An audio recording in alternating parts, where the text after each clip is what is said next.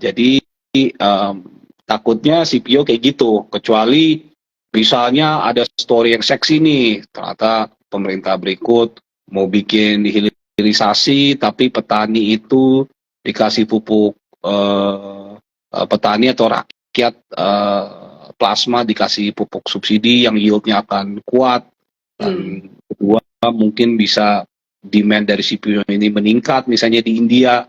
Biasanya kan Cina dulu gede, kayaknya India tuh demand CPO juga meningkat dan itu ternyata permintaan banyak sehingga harga CPO naik ke 4.500, bisa aja.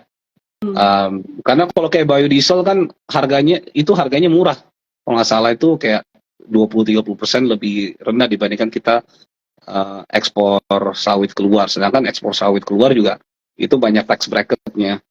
Jadi susah kalau banyak intervensi, ya sektornya nggak menarik. Tapi begitu intervensinya dari pemerintah itu lebih dulu senap, demandnya ada, ya kan cuan ke profitnya gede, ya itu mungkin exciting gitu. Cuman as it is, assuming pajaknya kayak gini segala macam, sahamnya itu udah under own, nggak liquid, dan laba bersihnya berdasarkan estimasi kita masih grow at least 20% ya untuk DSNG sama TAPI. Oke. Nah, tadi juga aku mungkin ini teman-teman mungkin tadi ada yang udah ngedengerin ya. Nah, mungkin aku mau nanya juga nih, Bos. Tadi kan juga sempat ini udah terkenal sih kalau Basul ini sebenarnya sesepuhnya Astra International ya, ASII. Nah, kebetulan kemarin kan Basul juga sempat ngeluarin nih 2 report terkait ASI dan juga WNTR ya. Iya. Nah, itu boleh nggak sih sedikit diceritain, Bos, untuk outlook-nya seperti apa gitu? Outlook ya? Berubah gini dulu ya.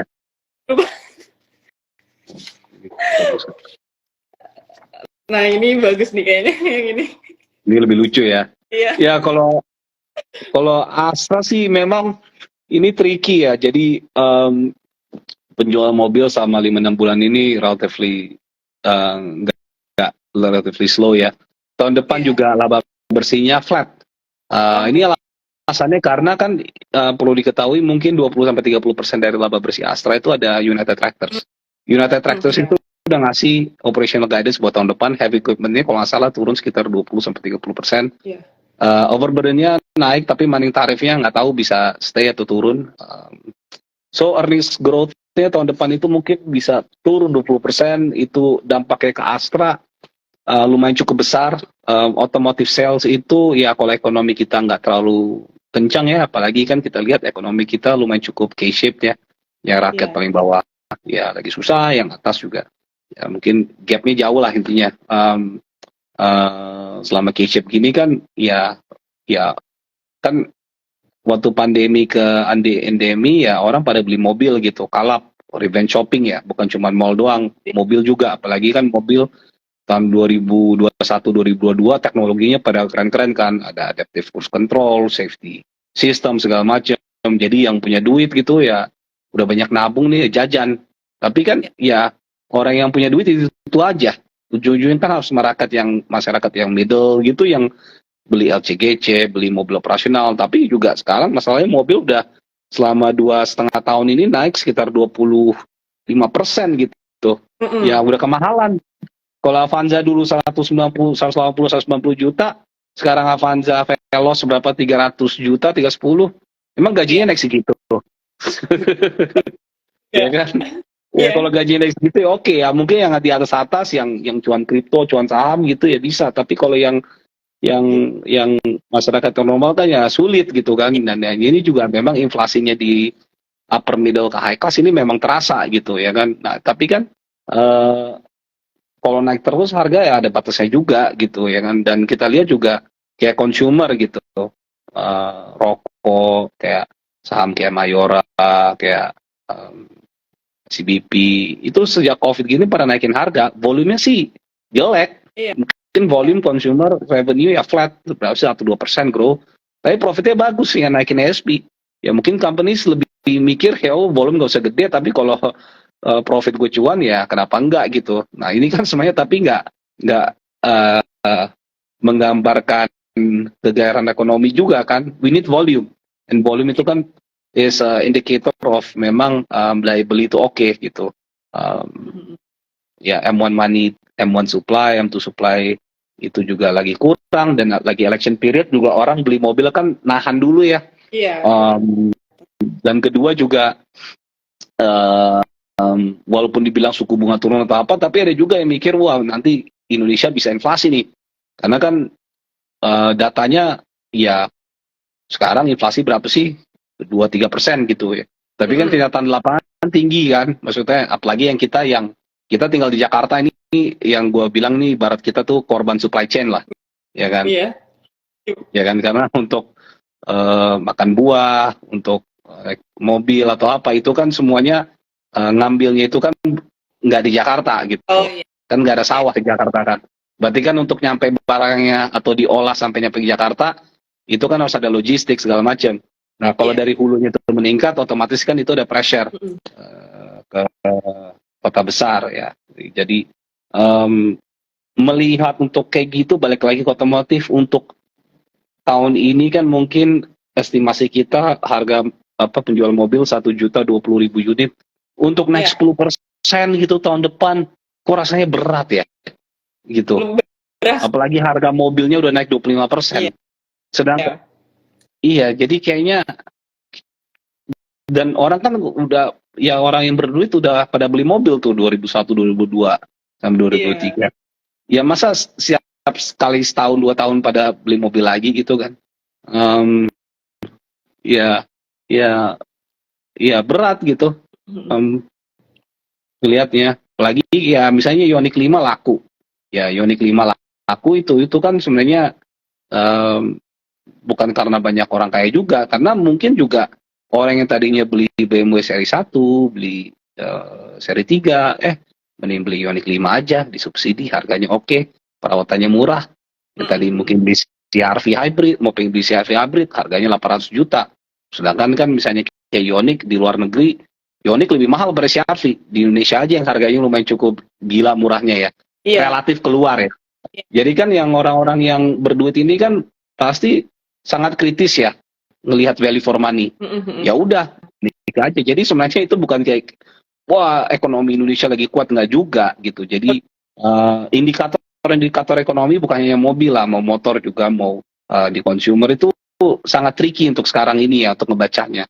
Ini beda kayak consumer boom habis global financial crisis. Semua matriks economic data, industri data, company data naik semua gitu, gampang. Sekarang ini ada MAPI yang revenue naik, ada RALS yang jebol, ya susah bacanya semuanya, nggak gampang. Cuma mudah-mudahan kalau perputaran duitnya lebih kencang, nanti M1, M2 money supply-nya, sirkulasi uang berputarnya itu lebih oke. Setelah pemilu, ya itu ya market bisa bergairah, ya udah waktunya untuk beli ya. Sekarang kan indeks 7.000, kita memang belum ada indeks target, cuman menurut saya sih kalau EPS growth 10% dan relatively kalau negara lain itu nggak begitu menarik, Indonesia sebagai negara berkembang pasti akan dilirik ya. Apalagi kan nanti misalnya udah pemilu 1 Februari. Kalau misalnya nggak nyampe 50% threshold, kan pemilu 2-nya di Juni nih. Habis itu pilkada serentak ya, kalau nggak salah di November, tapi mau dimajuin ke September ya. Tunggu perpu, nggak tahu kalau udah keluar tuh enggak. Jadi kalau itu bisa jalan gitu, mungkin investor itu akan melihat oke, nggak apa-apa nih earnings growth pertengahan tahun 2024 masih kurang oke. Tapi kan nanti ada ekspektasi presiden baru yang menang itu akan bikin ekonomi lebih bergairah. Apalagi kalau misalnya juga second half tahun depan itu misalnya ada pemotongan suku bunga, credit cycle mungkin sulit lah, karena bank juga new money nggak kami ingin. Tapi ekonominya mulai berputar, fiskal itu juga agresif ke depannya misalnya. Ya ekonomi kita bisa oke. Market kita jadi oke juga. Otomatis Astra juga oke. Jadi, nah Astra juga sekarang kan harga berapa sih, 5.000 600, 700 udah underperform ya. Pokoknya Ya. yang stok-stok yang gede tuh kayak Astra Telkom itu kan underperform ya. Kalau Ya. bank-bank masih solid lah, selama memang laba bersihnya solid. Ya. Uh, it may reverse, tapi nggak tahu kalau Astranya akan diuntungkan. Jadi misalnya kalau 56 ini naik ke 65 bisa banget. Tapi ini lebih bersifat flow tactical ya. Bukan ada structural fundamental bisa 7.000, 8.000, enggak. Astra is Astra. Laba homset itu 200 triliun, udah kegedean. Yeah. Mau bisnis inisiatif apapun dilakukan, saya dapat 1T, 2T, ya itu masih 1-2% gitu dari revenue-nya. Udah kegedean bisnisnya. Yeah. Setengah dari mobil yang ada kita lihat Indonesia ini Astra semua udah. Toyota. Gitu. Oke. Nah mungkin kan tadi ya Bos Wil udah ngasih lihatlah sedikit outlook-nya juga ya untuk tahun depan itu. Tadi udah ada hint-hint juga tuh kira-kira akan seperti apa. Nah untuk mungkin strateginya untuk di bulan Desember ini dulu deh Bos, kira-kira gimana nih untuk teman-teman semua strateginya di akhir tahun ini ya? Biasanya tiap tahun itu Santa Claus ada ya. Yeah. Biasanya salad dressing, window dressing, canda dikit ya. Biasanya window dressing itu ada, tapi untuk tahun ini kayaknya kalau kita lihat cash level bisa aja ada, dan ini kan marketnya udah naik juga ya dari 6708 sekarang udah 7.000 ya. Cuman nggak akan terlalu signifikan banget sih, karena juga sekarang kan udah hampir di Desember ya, kan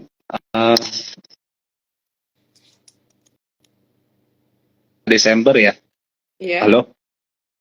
Iya, jadi udah bentar lagi gitu. Jadi kayaknya juga ya mau window dressing atau apa juga nggak akan terlalu yang gede banget sih buat tahun ini ya. Iya. Intinya susah lah kalau Desember ya. Gimana? Intinya susah lah untuk nebaknya. Oh, susah buat nebaknya. Iya. Oke, jadi gimana nih teman-teman harus ngapain nih Bos? Kira-kira. Apanya? Ya, beli defensif aja, udah beli defensif yang consumer yang murah-murah, dapat dividen, iya kan. Jadi variabelnya terlalu banyak sekarang, variabel terlalu banyak, gitu. Kecuali market kita kolaps gitu, misalnya turun jebol parah, ya mungkin itu ada yang buying gitu. Ini sekarang kan juga global economy juga, kalau lagi soft landing gini, terlalu confusing marketnya. Iya. Oke deh, mungkin sebelum kita tutup nih, Bos. Ini kan tadi kita udah banyak banget nih teman-teman bincang-bincang sama Bos Wil, udah banyak insight-insight juga nih. Mungkin sebelum tutup ada closing statement gak nih dari Bos Wil untuk teman-teman? Iya, biasanya kalau dulu kan zamannya COVID, wah cuan gitu kan. Emang lebih gampang. Sekarang menurut myself ya, itu tipe investor tuh beda-beda. Jadi ya mungkin ada yang taruh duitnya ke bonds gitu, which ya make sense gitu kan. Tapi ada juga mungkin yang mau cari cyclical atau apa, tapi menurut saya posisi sekarang itu kalau nggak nyari dividend yield atau nggak cari saham itu yang fundamentalnya oke, bisnis modelnya nggak berubah, nggak kemana-mana, tapi sahamnya udah jebol. Iya kan? Ya misalnya kayak Telkom Astra gitu. Fundamental tadi kan pas saya jelasin nggak menarik kan? Ya. Fundamental. Makanya itu juga jadi tapi kan menarik. Tapi ini udah turun dalam. Sahamnya udah naik terlalu kencang, ya lebih berhati-hati. Kenapa? Karena new money nggak coming-in gitu. Paling nggak sampai pertengahan tahun ini menurut saya nggak coming-in. Mungkin second half tahun depan gitu baru lebih ada gambaran ya gitu. Nah, cari aja dividen-dividen yang jangka pendek gitu. Beli aja. Jadi itu ya sarannya, cari yang saham-saham jangka pendek aja ya, yang dividen jangka pendek. Iya. Oke, teman-teman, ini mungkin live-nya tadi ada yang sempat nanya juga nih untuk aman, tadi belum sempat bahas ya. Gimana tuh Bos Wil? Topik pertama. Aman tadi udah kan ya? Oh, udah ya? Oke. Iya kan maksudnya ya kalau misalnya kelas minute-nya kan akhirnya tutupnya turun kan. Ya Iya. itu udah ya something expected lah gitu. Maksudnya Oke. kalau satu apa ini kan sahamnya juga udah naik kenceng ya. Coba kita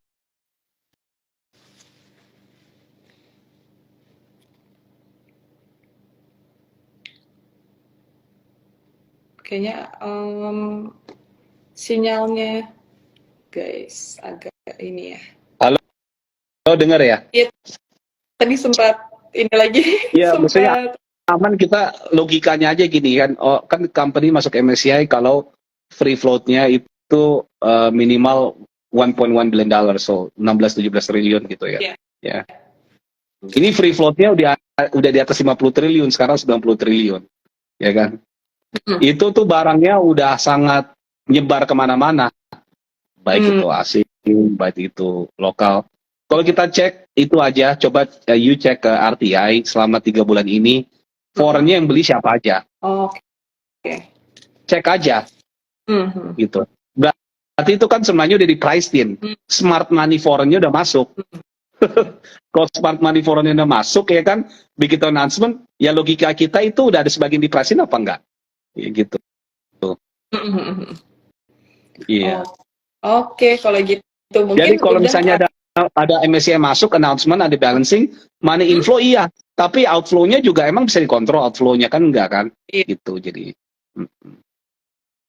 Oke. Ada lagi mungkin Bos Will yang ingin di-share ke teman-teman? Iya, jangan lupa tetap lihat commodity. Dilihat aja. Kayak Inco, Antam, MDKA, apa segala macam. Bahkan INKP yang sahamnya udah jebol. Dilihat dulu. Karena kita nggak tahu global ekonominya once sudah mulai ternyata ada interest rate cycle-nya berubah ya, udah mulai dovish atau apa. Terus misalnya kalau ternyata kisruh geopolitik masih ada, terus DXY-nya juga trennya itu ke bawah, itu commodity cycle-nya mungkin masih bisa bergairah lagi. Tapi kan ini turun terus nih, yang nikel-nikelan terutama kan. Iya. Nah itu waktunya untuk ada strategi kapan nampungnya harus dipikirin. Oke. Iya. Jadi ya intinya gitu, cari dividen sama cari saham itu yang udah dipres. Oke, cari saham yang udah di-press ya.